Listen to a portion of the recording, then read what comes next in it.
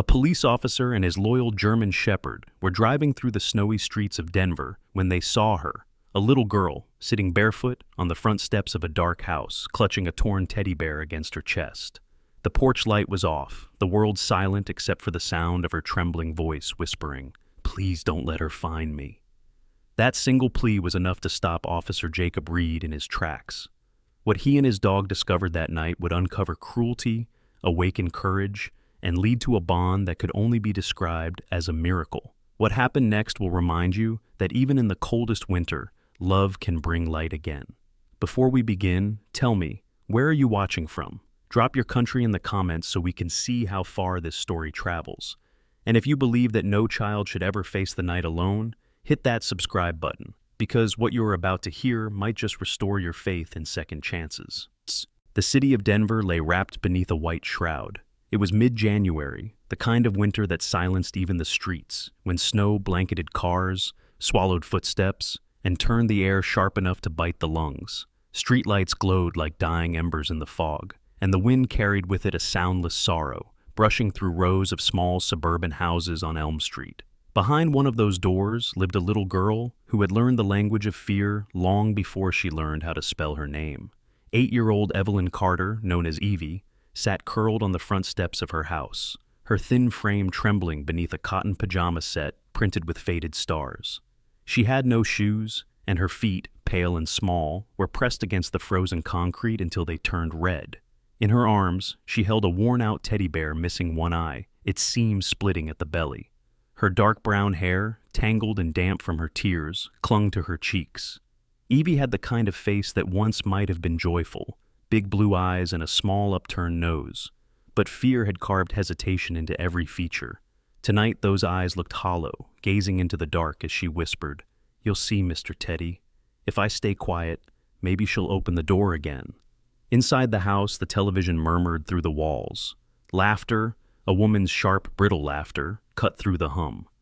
That woman was Vanessa Carter, Evie's stepmother. Vanessa was in her early 30s, tall and slender, her beauty the kind that made strangers trust her instantly. Her honey blonde hair was always immaculate, her nails perfectly manicured even when she wore her hospital scrubs. But behind that flawless exterior lay something fractured, an insecurity that had hardened into cruelty. Working as a nurse at St. Luke's Hospital, Vanessa had long ago grown numb to human pain. The long shifts, the constant noise of suffering, and the death of her own newborn years ago had twisted something inside her. Where empathy once lived, bitterness had taken root. She couldn't bear the sound of crying, not from patients, and certainly not from the child who reminded her of everything she had lost. When Evie had wet the bed earlier that night, Vanessa's patience had shattered. "You disgusting little thing!" she'd screamed, dragging the child by the arm and throwing open the back door. The cold had swept in, and with it, her voice, sharp. "Sit there. Maybe the cold will teach you to control yourself." Then came the click, the metallic sound of the lock sliding into place. Hours passed. The temperature fell. The world had long since gone to sleep. The houses nearby glowed faintly behind drawn curtains, but no one saw the small figure on the steps.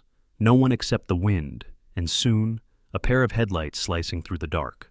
Officer Jacob Reed, age 35, guided his patrol SUV slowly down Elm Street. He was tall, broad-shouldered, with short, dark, brown hair that caught strands of silver near the temples, a detail that made him look older than he was. His hazel eyes were steady, but carried a weariness that never truly left. Once, years ago, he'd been the kind of man who smiled easily, but that was before the accident that took his wife and young daughter 3 winters prior.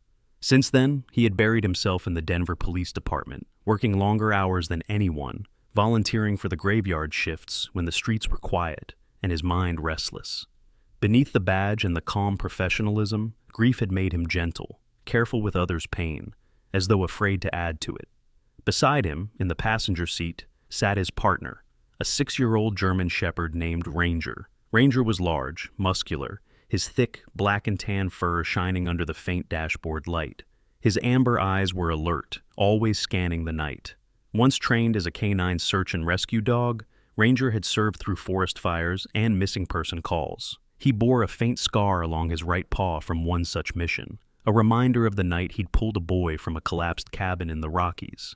Ranger's temperament was steady but deeply intuitive. He could sense distress before humans could name it, and tonight, something in the air had already set his ears twitching. Jacob slowed the car. "What is it, boy?" he asked quietly. Ranger's ears perked, his nose pressed to the glass. Then came a soft whine, a warning wrapped in compassion. Jacob followed the dog's gaze toward a shadow on the porch of the Carter house. At first, he thought it was a pile of clothes, a forgotten bag. Then, when the headlights caught the shape, his breath caught. It wasn't a bag. It was a child. He pulled over fast, hazard lights blinking red across the white snow. "Stay," he murmured to Ranger before stepping out. The cold hit him like a slap. His boots crunched through the frost as he approached slowly, not wanting to startle whoever it was. "Hey there," he called softly. "Are you okay?" The little girl didn't move. Her lips were blue. The bear in her arms was stiff with frost. Jacob crouched down to her level, his police coat brushing the snow. "Hey, sweetheart, can you hear me?" he asked. She flinched at the sound of his voice, pulling back as if expecting to be struck. That single reflex made Jacob's chest tighten. "I'm not gonna hurt you," he said gently. "My name's Jacob. I'm with the Denver police. You're safe now, okay?" The girl blinked up at him, her lashes rimmed with ice. "Please don't tell her I cried," she whispered. Jacob's throat ached. "Tell who?" "She doesn't like it when I cry. She says it makes her head hurt." He didn't need to ask who she was. Jacob glanced at the door, locked, dark, lifeless.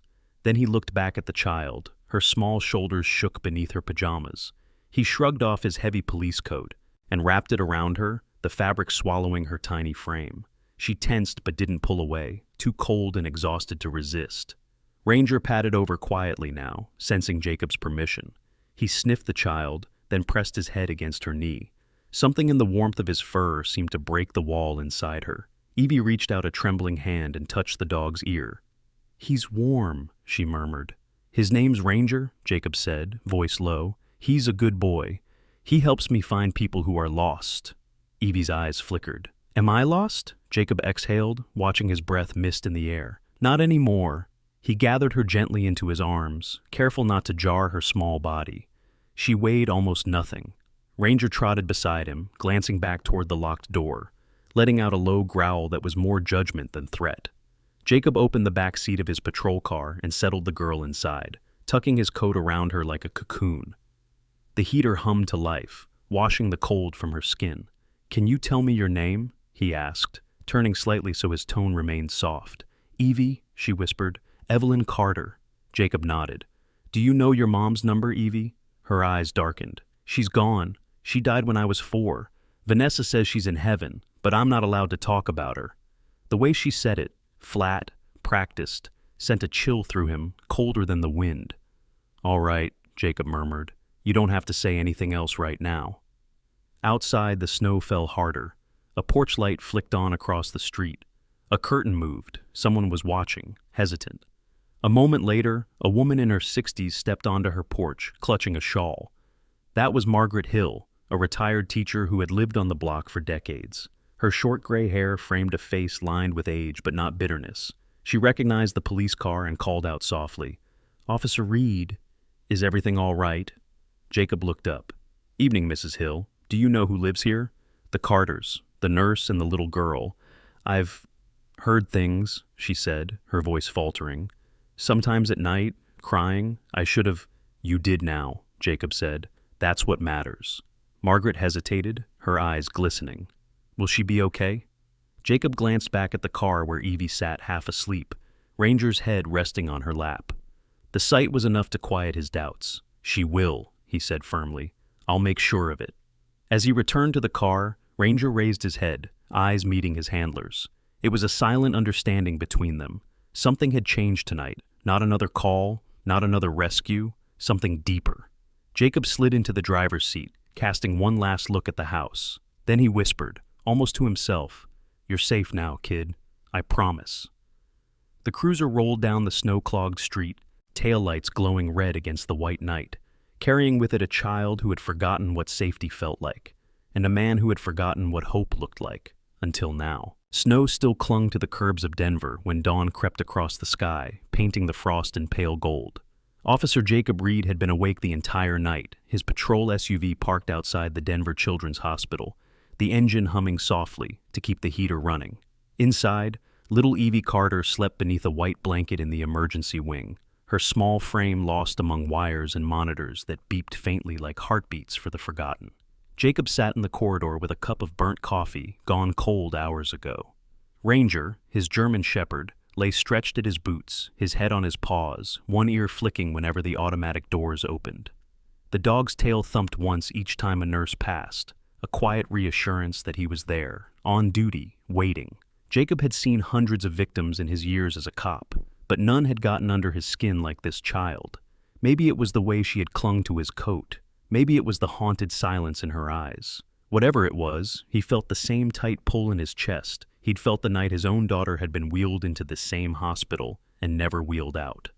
The door to the trauma bay swung open and Nurse Carol Jensen stepped out, holding a clipboard. Carol was in her mid-40s, compact, with curly brown hair tucked into a messy bun. Years of long shifts had carved faint lines around her eyes, but her kindness hadn't eroded with time. She was known in the ward as the one who still remembers birthdays. Her voice was gentle when she spoke to Jacob. She's sleeping now, frostbite on her feet, nothing too deep, some bruises. We're calling in social services. Jacob nodded, rubbing a hand over his face. Did she say anything? Only that she doesn't want to go home, Carol said softly. She hesitated. We gave her some warm broth. She thanked me, and then apologized for wasting it. Carol's eyes glistened. What kind of life teaches a child to apologize for soup? Jacob didn't answer. He couldn't. A voice, sharp and practiced, cut through the corridor. Excuse me, officer! It was Vanessa Carter. She swept toward Sam in a storm of perfume and fake concern, her blonde hair perfectly brushed despite the hour.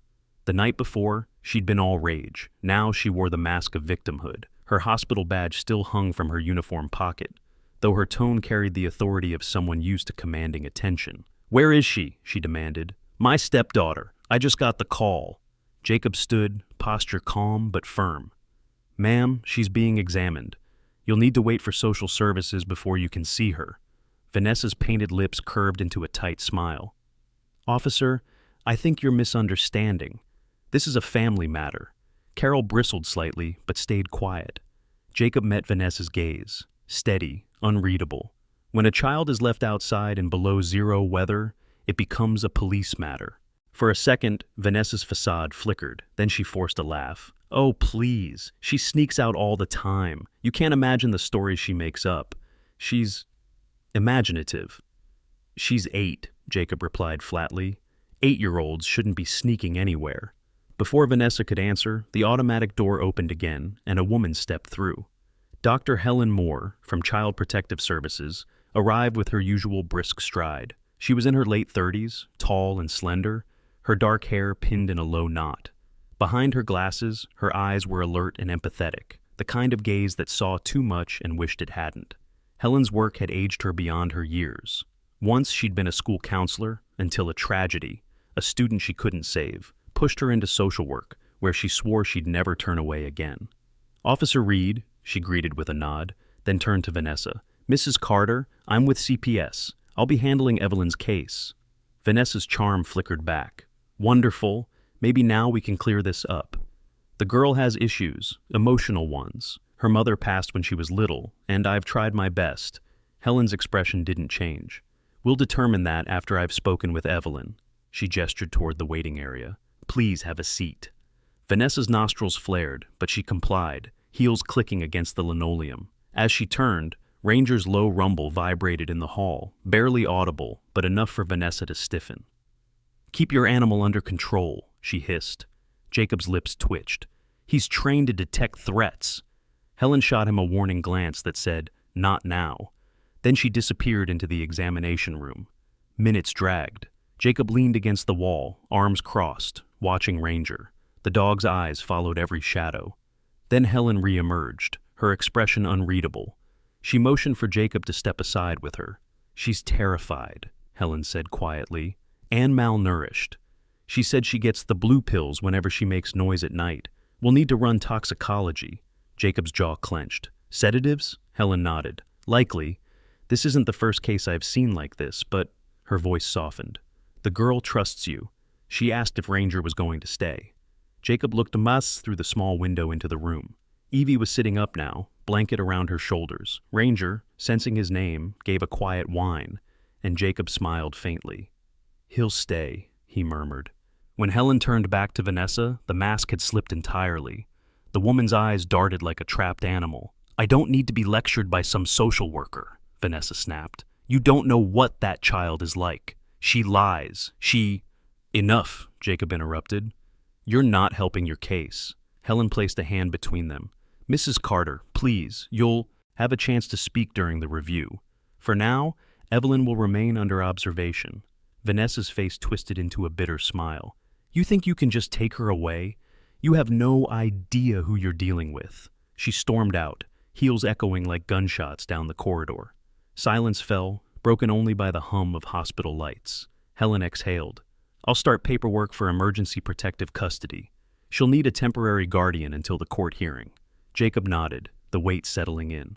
I'll volunteer, at least until the department assigns placement. Helen hesitated, then gave a small, tired smile. You're a good man, Officer Reed. Just make sure you're not trying to save the wrong ghosts. He didn't answer. That afternoon, as the sky darkened again, Margaret Hill, the elderly neighbor from the night before, arrived at the hospital lobby carrying a thermos. Her short silver hair was tucked under a knitted hat, and her coat looked 2 sizes too big. She approached Jacob shyly. I thought you might need this, she said, offering the thermos. Hot cocoa. I used to make it for my students when they had bad days. Jacob chuckled softly. Thank you, ma'am. Margaret's eyes drifted to the window where Evie sat with Ranger's leash in her small hands. I hope she gets a chance, she whispered. Kids like her, they break quietly. She's tougher than she looks, Jacob said. She has to be. Later, as snow began to fall again, Jacob escorted Evie outside to stretch her legs. The world beyond the hospital was a haze of gray and white. She wore a borrowed coat, still too big, sleeves dangling over her hands. Ranger padded beside her, his gait careful, protective. Evie reached down to touch his fur. Does he get cold? Not much, Jacob said. He's built for this weather. He was trained to find people trapped in storms. Did he ever find someone? She asked. Yeah, Jacob said after a pause. He found a boy once, saved his life. Evie looked up, curious.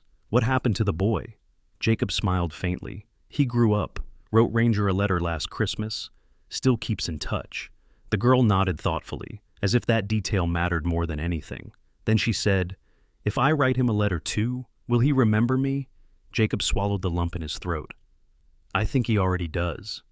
As they walked back inside, a shadow crossed the parking lot. Vanessa's car parked in the distance, engine running.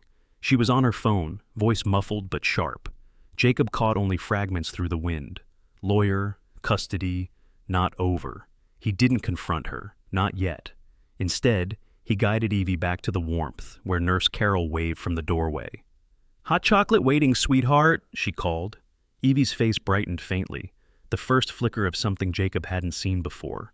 Trust. By nightfall, the city lights shimmered through falling snow. In room 213, Evie slept with Ranger curled at her feet, and Jacob dozing in a chair beside her. Helen's report was still unfinished on his lap, a line circled in red. Pending placement decision, Officer Reed temporarily assigned. Outside, wind pressed against the windows like a sigh, as if the world itself was holding its breath for what came next. The snow that had blanketed Denver began to melt, leaving gray slush pooling along the curbs. The hospital's fluorescent lights hummed quietly as Officer Jacob Reed walked through the corridor, a file tucked under his arm. His eyes were heavy from sleepless nights, but his purpose was sharper than ever. Evie Carter had been released into his temporary custody that morning, and though she was safe for now, Jacob knew that safety in paperwork was fragile. One wrong decision, and she'd be sent back to the woman who had left her to freeze. Dr. Helen Moore had warned him before signing the final document. If Vanessa appeals, we'll need more than bruises and fear. We'll need proof. Proof? Jacob knew that word too well. In his years on the force, it had sent murderers home and the innocent to jail. He hated how it made the truth conditional. He tightened his grip on the file and entered the office of Captain Harold Simmons, his superior. Captain Simmons, a man in his 50s, sat behind a cluttered desk, littered with case folders and cold coffee cups. He was short, stocky, with thinning gray hair and the demeanor of someone who'd seen too much bureaucracy to be easily impressed. Despite his gruff exterior, his voice carried the weight of fatherly concern when he looked up. "You look like hell, Reed." "Thanks, Captain," Jacob said dryly, dropping the folder on the desk. "We've got something wrong with the Carter case. I think there's financial abuse, maybe forged guardianship papers. I want to pull her stepmother's employment records." Simmons frowned. "You sure this isn't personal? You've been close to this one." Jacob met his gaze steadily. "A woman doesn't drug and freeze a kid because she's tired. There's something deeper, and I'm not letting another child fall through the cracks." After a pause, Simmons sighed. "You've got 48 hours. Keep it clean." Jacob nodded. He left the office, the echo of his boots following him down the hall. Ranger, waiting by the entrance, lifted his head as soon as Jacob appeared. The dog's harness glinted under the afternoon light. "Come on, partner," Jacob muttered. "We're going digging." Their next stop was St. Luke's Hospital, where Vanessa Carter worked as a nurse. The building loomed like a pale concrete monolith against the overcast sky. Inside, the scent of disinfectant filled the halls. Jacob approached the reception desk, flashing his badge. "Detective follow-up," he said. "I need access to Nurse Carter's personnel file." The receptionist, a young man with tired eyes and a badge that read Dylan, hesitated. "I'm not sure I can—" "Legal warrants coming through," Jacob interrupted, voice calm but firm. Dylan sighed and led him toward the administration office. In the back office, a woman in her late 40s looked up from her computer. She had curly auburn hair streaked with gray and wore square, glasses perched at the edge of her nose. Patricia Lane, head of HR, was known among staff as strict but fair, the kind of person who never smiled unless she meant it. "Officer Reed," she greeted, standing to shake his hand. "I heard about the situation. Vanessa's on leave pending investigation." "Did she have any incidents on record?" Jacob asked. Patricia opened a cabinet, pulling a folder. 2 formal warnings for prescription irregularities. Once, a dosage error. Another, a missing vial of sedative, lorazepam, both signed off by her supervisor at the time. Jacob flipped through the pages. His eyes froze at a familiar name, Dr. Martin Gray. "Is he still here?" "Transferred to Boulder Medical Center last year," Patricia replied. "Brilliant doctor, but selective about who he protects." Jacob's jaw clenched. "Mind if I take copies?" Patricia nodded. "You'll need to sign these forms. And, officer," she paused, lowering her voice, "be careful. Vanessa's charming when she wants to be, but everyone knows she plays dangerous games." When Jacob stepped him back into the cold, Ranger let out a low growl. Across the parking lot, Vanessa stood by her car, cigarette in hand, eyes locked on him. She smirked, flicking ash into the snow. "You can't keep her, you know," she called. "You're just a temporary story in her life." Jacob didn't respond. He simply opened the door, and Ranger's deep bark sliced through the tension. Vanessa's smirk faltered, if only for a second. Later that afternoon, Jacob drove to Boulder, the mountains rising like shadows in the distance.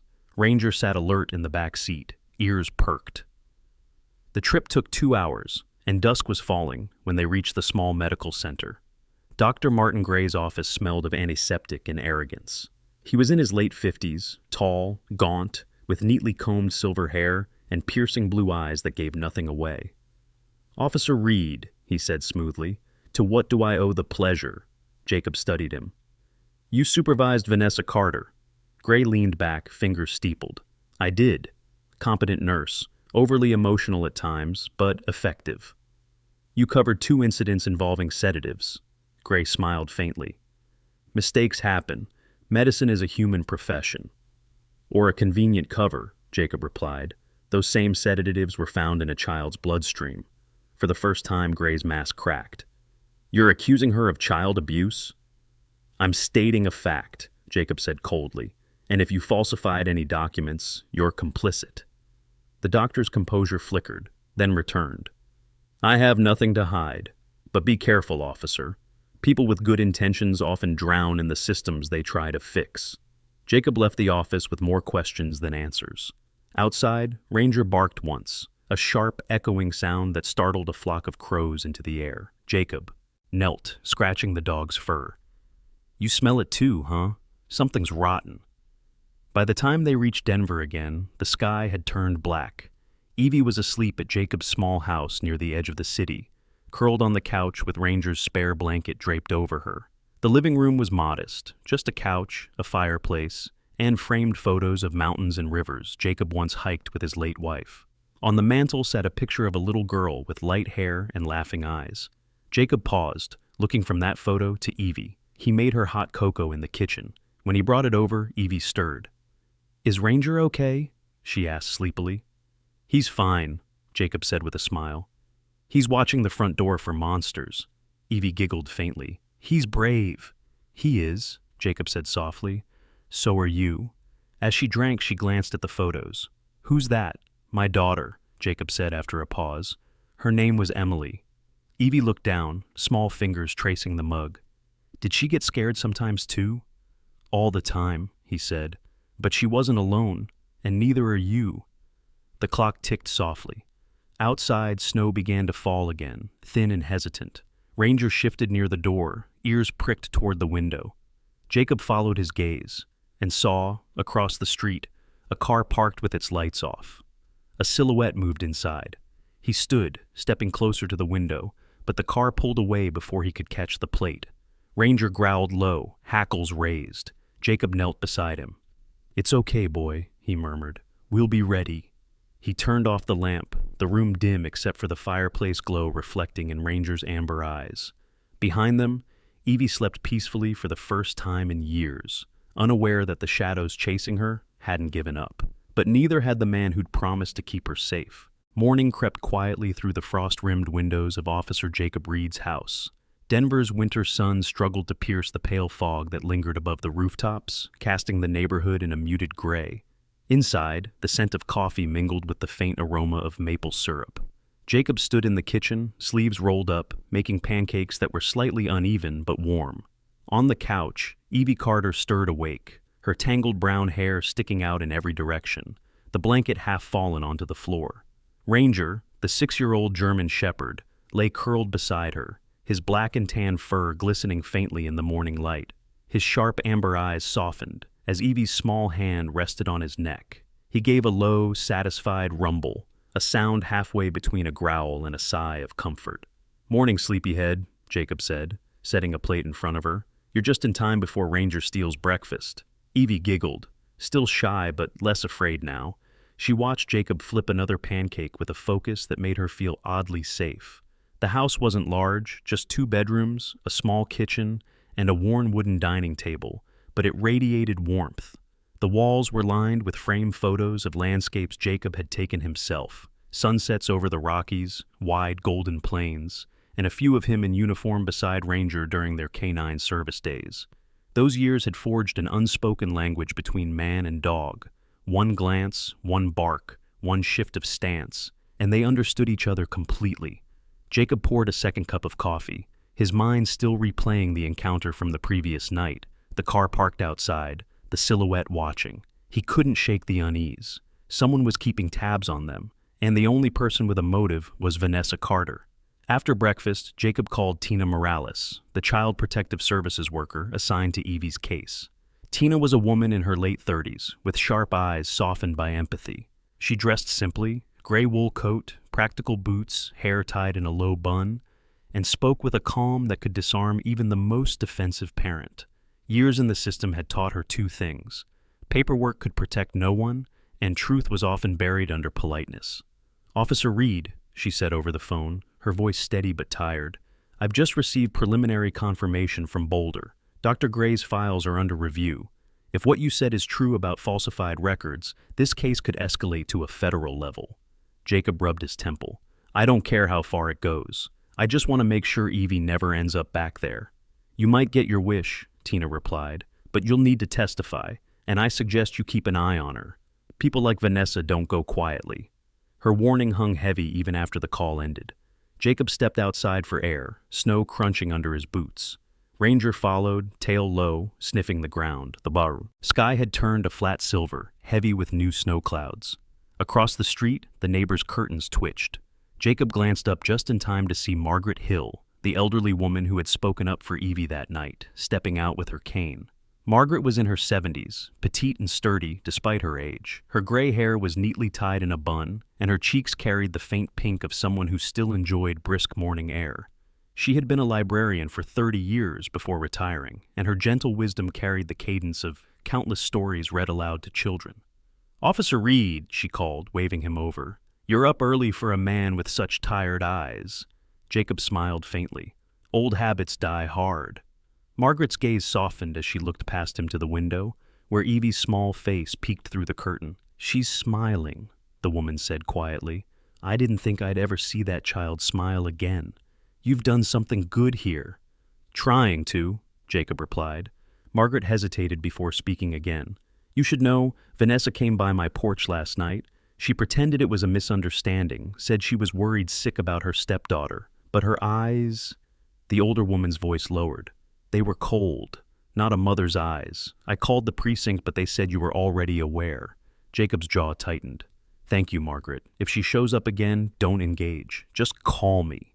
He returned inside, where Evie was now coloring at the table. Her drawing showed 3 figures, a man, a girl, and a dog standing beneath a tree. "That's you and Ranger," she explained shyly. "The tree's home. It doesn't fall down even when it snows." Jacob's chest tightened. "That's a good tree, kiddo." Later that afternoon, Jacob took Evie and Ranger to a quiet park at the city's edge. The snow was fresh again, the trees dripping white lace from their branches. Evie ran ahead, laughter echoing against the frozen pond, while Ranger bounded after her, playful for the first time since retirement. Jacob watched them from a bench, one hand resting on the file in his coat pocket. For a few fleeting minutes, the world felt right. But peace never lasted long. His phone buzzed. It was Captain Harold Simmons. "Reed, you need to come back to the station. Now. We've got a problem." By the time Jacob arrived, the mood inside was electric. Officers moved briskly through the corridors, voices sharp with tension. Simmons waved him into his office. "Vanessa Carter's lawyer just filed an injunction. She's demanding an emergency hearing for custody reinstatement. Claims you overstepped your authority by housing Evie without full court approval." Jacob swore under his breath. "She's playing the system." Simmons leaned forward. "She's dangerous, Jacob, but she's smart. You'll need evidence that sticks, financial fraud, drug use, anything. The hearing's in 2 days." Jacob nodded grimly. "Then I'd better find it." That night, he sat at his kitchen table surrounded by papers, Evie's medical reports, Vanessa's employment records, and copies of the doctor's notes he'd taken from Boulder. The ticking clock was the only sound until a soft whimper broke the silence. Evie stood in the doorway, her teddy bear clutched to her chest, eyes wide and frightened. "I had a bad dream," she whispered. "She was at the window." Jacob set down his pen, moving to her side. "You're safe here," he said, kneeling so their eyes met. "No one's coming in, not with Ranger on guard." As if on cue, Ranger rose from his spot by the door, muscles tense, ears twitching. Jacob frowned and went to the window, careful to part the curtain just enough. A car idled across the street again, same dark sedan, engine running, lights off. His pulse quickened. He grabbed his flashlight and stepped outside. The cold bit at his face as he crossed the yard. The car peeled away before he could reach it, tires hissing over slush. He caught the first 3 digits of the plate, 9H2, and scribbled them into his notebook. Back inside, he locked the door, heart still pounding. Evie sat with Ranger on the couch, both watching him silently. "It's okay," he said softly. "I've got it handled." But even as he spoke, he knew danger was closing in. At midnight, unable to sleep, Jacob lit the fireplace. The flickering glow painted the walls in amber tones. He sat beside Ranger, who rested his head on Jacob's knee. "You feel it too, don't you?" he murmured. The dog's ears flicked. "We're being hunted." He looked over at Evie asleep on the couch, her hands still resting on the dog's fur, and felt something he hadn't in years. Fear, not for himself, but for someone else. And underneath that fear, a promise hardened into resolve. He would face Vanessa, the courts, or anyone else who tried to take Evie away. The system might bend, but he wouldn't. Outside, the wind howled through Denver's empty streets, carrying flakes of snow that danced like ghosts in the streetlight. Inside, in the firelight's warmth, 3 lives, one broken, one healing, one loyal, prepared for the storm to come. Denver was wrapped in a curtain of icy rain that morning, the kind that blurred the world into gray and silver streaks. The courthouse loomed like a fortress ahead of Officer Jacob Reed as he pulled his old Ford into the parking lot. He hadn't slept, not properly, in 2 nights. His uniform was crisp, but his eyes betrayed exhaustion. The hearing that would decide Evie Carter's fate was set for 9 a.m., and the sky seemed to echo his unease. Ranger, the 6-year-old German shepherd, sat alert in the passenger seat, watching his partner's every move. The dog's fur shimmered under the dim light, and his amber eyes were sharp with understanding, as if he sensed the weight of what was coming. "Stay sharp, buddy," Jacob murmured, reaching to scratch behind the dog's ear. Ranger leaned into the touch, quiet but resolute. They'd been through too much together, raids, rescues, dark alleys filled with danger, but nothing had ever felt quite like this. Inside the courthouse, the air was heavy with murmurs and the echo of polished shoes against tile. Tina Morales, the social worker, waited near the courtroom doors. Today she wore a navy suit, her hair pulled tightly back, and her glasses perched low on her nose. Despite her calm posture, the faint tremor in her hand betrayed her nerves. Years of fighting for children who slipped through the cracks had hardened her, but she still carried every loss like a scar. "Morning, Officer Reed," she greeted quietly. "Dr. Moore sent over the latest medical report. Evie's improving, but it confirms long-term exposure to sedatives. That'll help." Jacob nodded. "It'll have to." He glanced toward the hallway, where Vanessa Carter stood near her attorney, a tall, smooth-voiced man in a gray tailored suit named Gregory Harlan. Harlan was in his early 40s, clean-shaven, hair slicked back, and known in Denver for defending high-profile clients with questionable morals. His eyes carried that polished detachment of someone who believed empathy was a liability. Vanessa looked dramatically fragile, her brown hair perfectly styled, eyes rimmed with carefully smudged makeup. She wore a cream-colored coat, as though she were the grieving victim of her own narrative. "She's lying," she whispered to Harlan, "and that officer is trying to take everything from me." Harlan's voice was calm, rehearsed. "We'll keep it simple. You're the concerned stepmother. He's the overzealous cop. Let the judge see you as the parent holding it all together." Inside the courtroom, Judge Margaret Halpern presided over the session. She was in her late 50s, tall and dignified, her salt and pepper hair neatly tied back. Her reputation was one of fairness, though beneath her calm exterior lay an unyielding sense of justice, shaped by years of seeing lies dressed in sincerity. Her dark robe flowed like a shadow as she took her seat. "All rise," the bailiff announced. As everyone settled, the case was introduced. State of Colorado versus Vanessa Carter. Custody hearing for minor Evie Carter. Jacob's palms felt cold. Across the room, Evie sat beside Dr. Helen Moore, her small frame swallowed by the oversized chair. She clutched her teddy bear tightly, her brown hair combed neatly, her pale face framed by a pink sweater that Jacob had bought her the day before. Despite everything, she looked braver than anyone in the room. Vanessa's lawyer spoke first, his tone smooth as silk. "Your Honor, my client has been the legal guardian of Evie Carter since her biological mother's passing.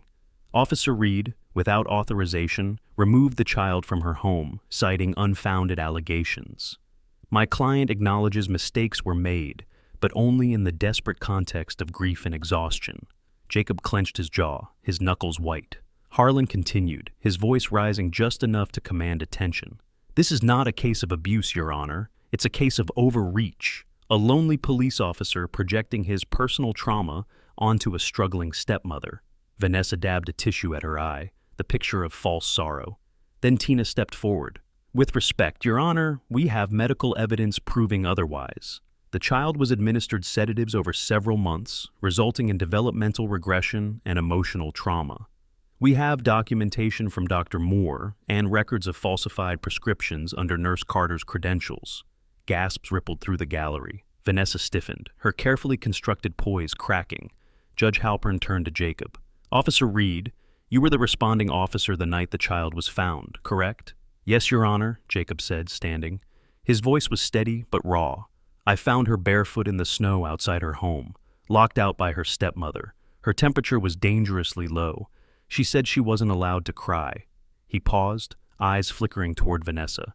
"No child should live in fear of their own home." Vanessa slammed her hands against the table. "She's lying. That little brat lies about everything. She wants attention, that's all. Mrs. Carter! Judge Halpern's voice cracked like a whip. The room fell silent. You will compose yourself, or I will hold you in contempt. Vanessa sank back, trembling, her eyes darting wildly. Jacob handed a folder to the court clerk, documents uncovered from Boulder Medical Center.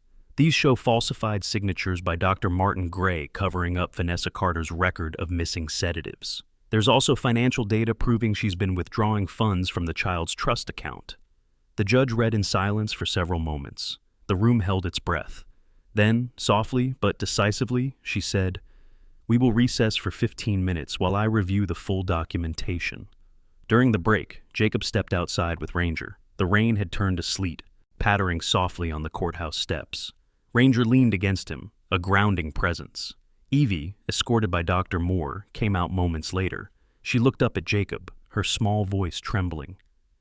"Did we do something wrong?" Jacob knelt, brushing a strand of hair from her face. "No, kiddo. You did everything right. We just have to be brave a little longer." Inside, the tension simmered. Vanessa was pacing, whispering furiously to Harlan. "They set me up. I'm not losing everything to a child who doesn't even love me." When the hearing resumed, the judge's expression was unreadable. She adjusted her glasses, her voice calm but final. After reviewing the evidence, this court finds substantial grounds of neglect, medical endangerment, and financial misconduct.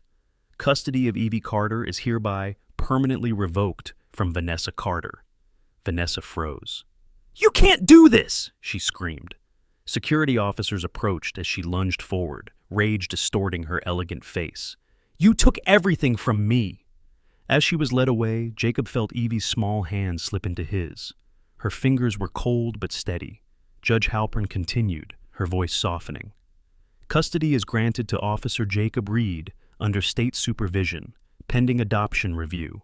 She looked at Evie. "You're safe now, child." Evie blinked, disbelief melting into relief. Her grip on Jacob's hand tightened.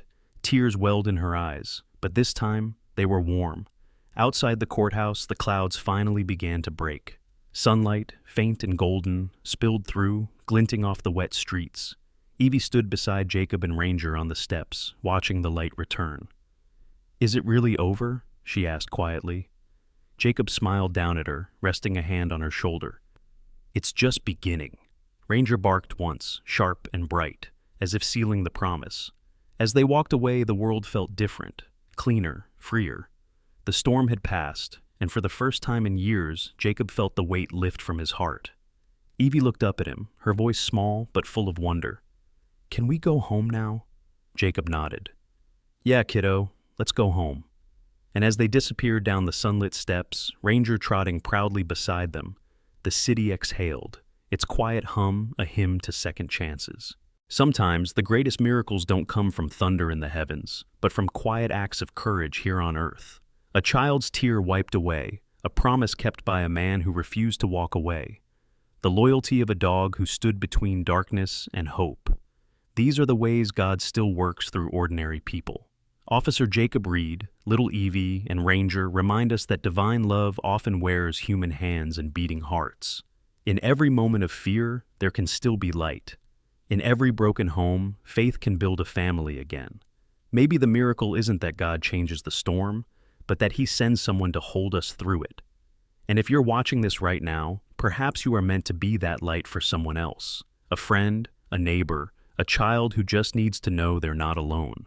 If this story touched your heart, share it so others may feel that same spark of hope. Leave a comment to tell us where you're watching from, and write amen if you believe that God still sends angels in the form of ordinary people.